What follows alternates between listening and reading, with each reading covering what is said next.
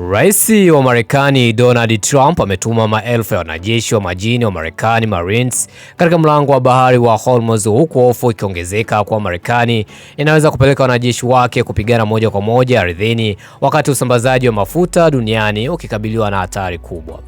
Kwa mujibu wa maafisa watatu waliozungumza na gazeti la The Wall Street Journal, waziri wa ulinzi Peter Hegseth ameidhinisha ombi kutoka kwa United States Central Command la kupeleka kikosi cha wanamaji Marine Expeditionary Unit ambacho kwa kawaida huwa na meli kadhaa za kivita na takriban wanajeshi 5,000.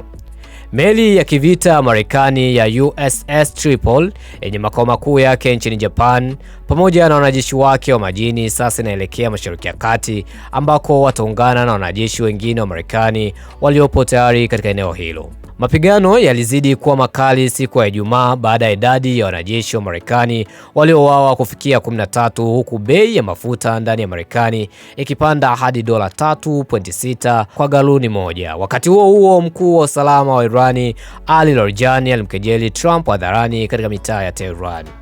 Kuongeza kwa wanajeshi hao kunakuja wakati utawala wa Trump ukifikiria uwezekano wa kuchukua udhibiti wa kisiwa cha Gulf kilichoko umbali wa takriban maili 16 kutoka pwani ya Irani katika Persian Gulf.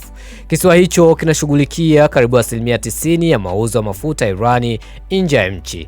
Akizungumza na Fox News kupitia radio siku ya Ijumaa, Trump alisema kuhusu wazo la kuchukua kisiwa hicho si kipaumbele cha juu sana, lakini ni moja kati ya mambo mengi yanayozingatiwa na ninaweza kubadilisha uamuzi wangu ndani ya sekunde chache, alisema. Awali, Hegseth aliwashambulia waandishi wa habari katika mkutano wa vyombo vya habari wa Pentagon akisema kuwa kuna vichwa vya habari vya uongo kuhusu vita hivyo na kusisitiza kuwa serikali ya Marekani inashughulikia hali ya mlango wa Hormuz na kwamba hakuna haja ya kuwa na wasiwasi. Wakati huo huo, wanajeshi wote 6 waliokuwa ndani ya ndege ya kujaza mafuta ya angani iliyopata ajali nchini Iraq wamethibitishwa kufariki, huku mvutano katika mlango wa Hormuz ukiendelea kuongezeka. Je, mtazamo wako ni upo hapo chini, sema comment, dondosha hapo chini, tutakometisha sana. Naitwa Msabaro, the comfort black man and the world wide one.